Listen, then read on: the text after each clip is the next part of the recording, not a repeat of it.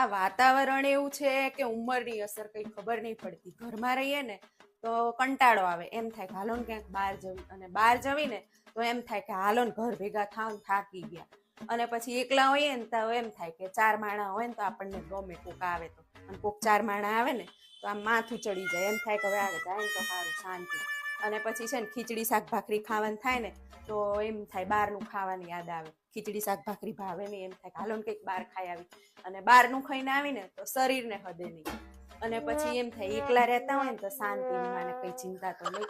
પણ એકલા રહેવીને તો ગમતું નહીં, છોકરા યાદ આવે, છોકરા ભેગું રહેવીને તો ફાવતું નહીં. અને છે ને વહુનું કામ ગમતું નહીં, જાતે કામ થતું નહીં. અને આમ થાય ઊંઘ આવતી નહીં, આખો દાડો ટાઈમ જતો નહીં. અને છે ને કામ કરવાનું થતું નહીં, એમ થાય પડ્યા જ રહેવી. એટલે આ સારું એમ થાય કે આ ઉંમરની અસર હશે કે વાતાવરણની હશે, ખબર નહીં પડતી.